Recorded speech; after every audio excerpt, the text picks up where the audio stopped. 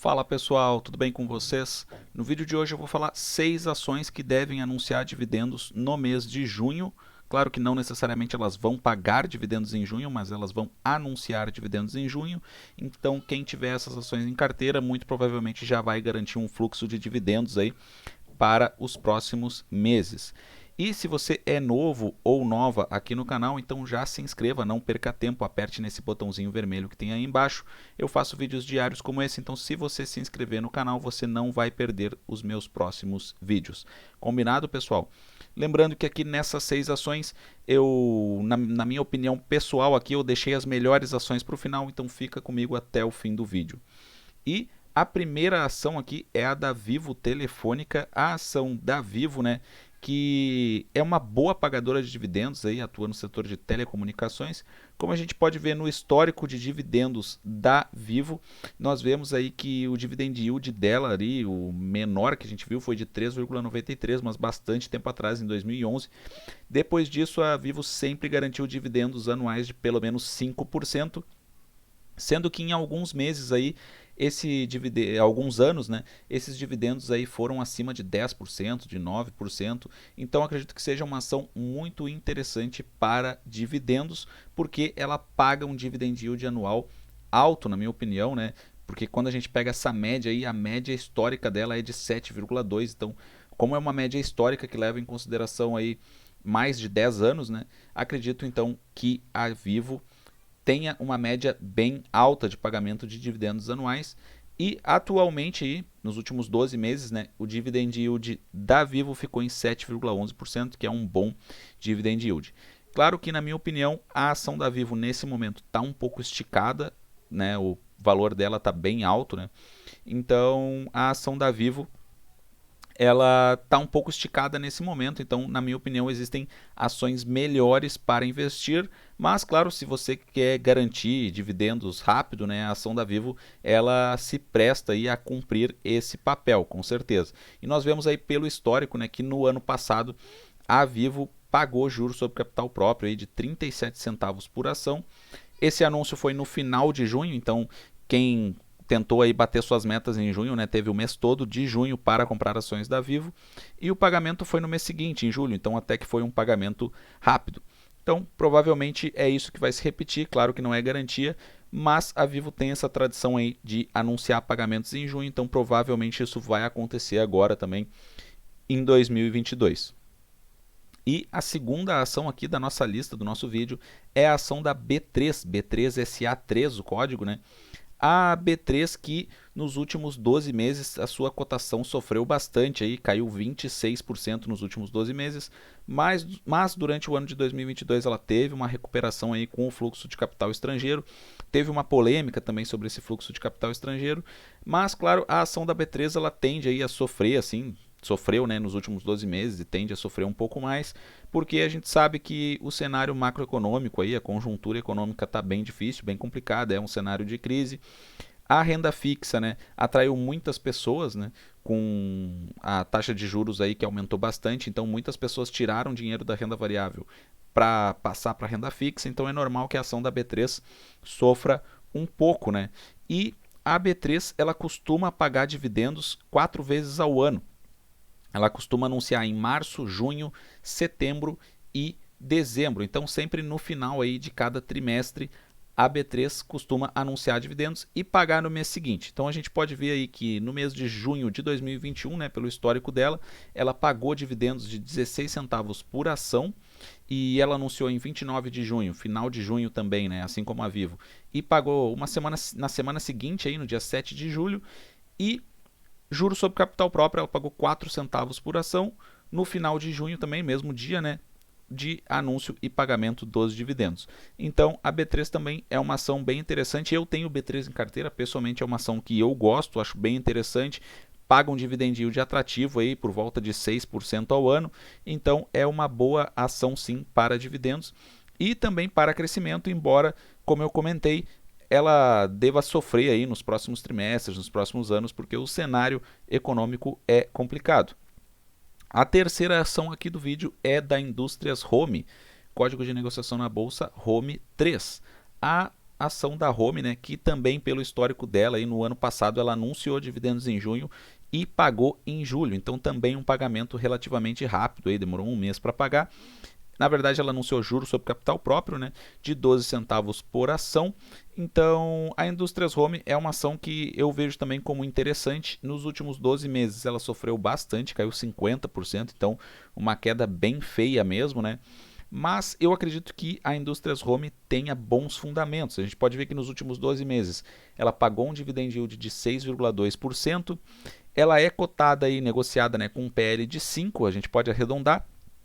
Ela está um pouquinho só acima do seu valor patrimonial, mas é uma empresa com um bom controle da dívida, porque o índice de alavancagem dela está em 1,6 vezes, tem uma boa liquidez corrente, mostra que é uma boa geradora de caixa, né? Porque a liquidez corrente dela é de 2, sendo que liquidez corrente acima de 1 já é considerada boa, então de 2 é um excelente indicador.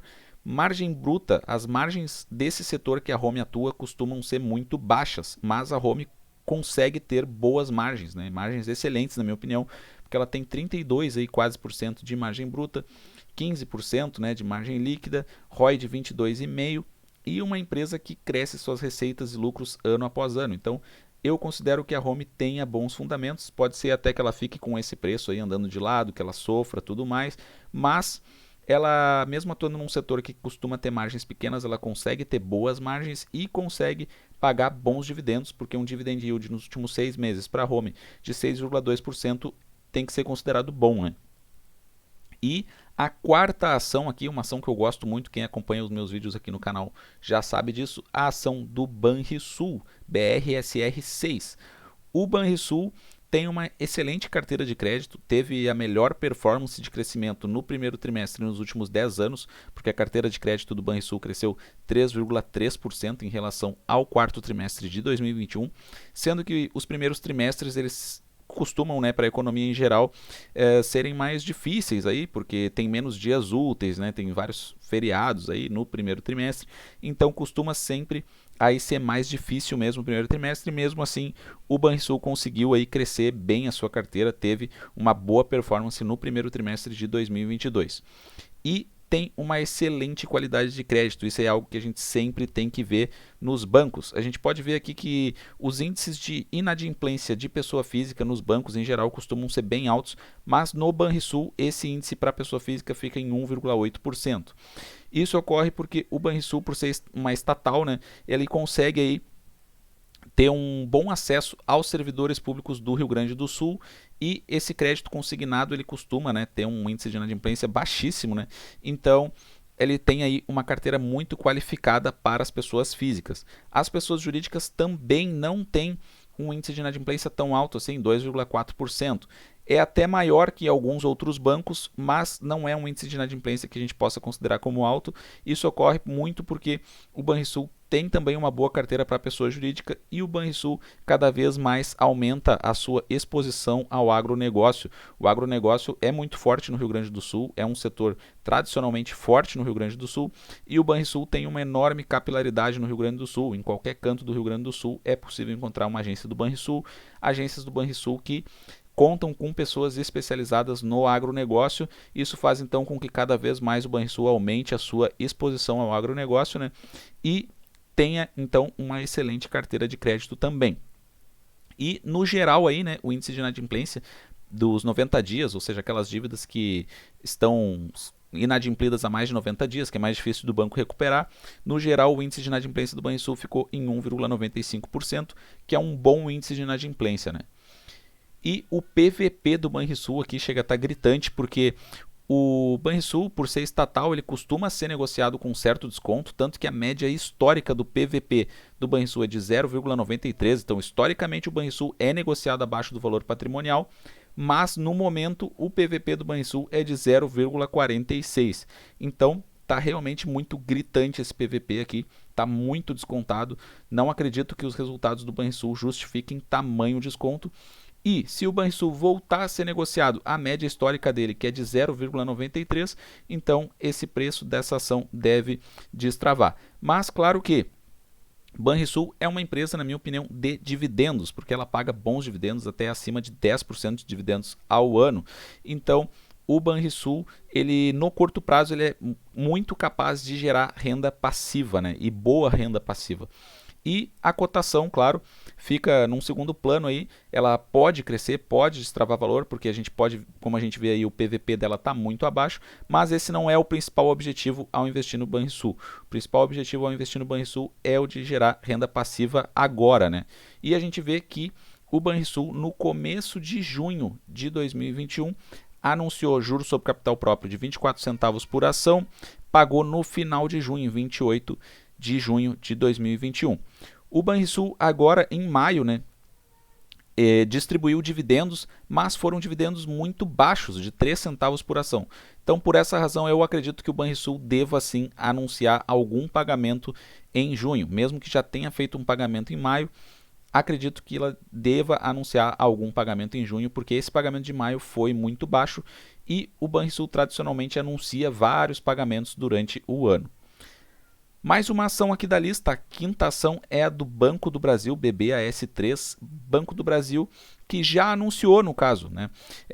Ela vai pagar juros sobre capital próprio de 25 centavos por ação, tendo como data, né, a posição acionária aí de 13 de junho de 2022. Então, quem tiver ações em 13 de junho de 2022 do Banco do Brasil vai receber 25 centavos aí de juros sobre capital próprio no dia 30 de junho de 2022. Então, esse anúncio já foi feito. Carteira de crédito do Banco do Brasil também é muito boa, né? Já chegou aí a 883 bilhões, né, no final do primeiro trimestre de 2022. E na comparação anual, a carteira de crédito do Banco do Brasil cresceu 16,4%. E o índice de inadimplência do Banco do Brasil também é muito bom. O Banco do Brasil, na minha opinião, tem a melhor carteira de crédito das ações de bancos aí negociadas na bolsa, mas claro, essa é a minha opinião pessoal, né? Então a gente vê que o índice de inadimplência do Banco do Brasil ficou em 1,89% e o índice de inadimplência do Sistema Financeiro Nacional é de 2,5%. Então o Banco do Brasil tem um índice de inadimplência bem abaixo da média do Sistema Financeiro Nacional. E as projeções corporativas aí nos resultados do primeiro trimestre de 2022, a gente vê que o Banco do Brasil está no caminho certo, provavelmente vai bater a maior parte das metas aí que colocou para o final de 2022. E a sexta e última ação aqui do vídeo é a ação da Sanepar, na minha opinião, uma das estatais mais bem tocadas do Brasil.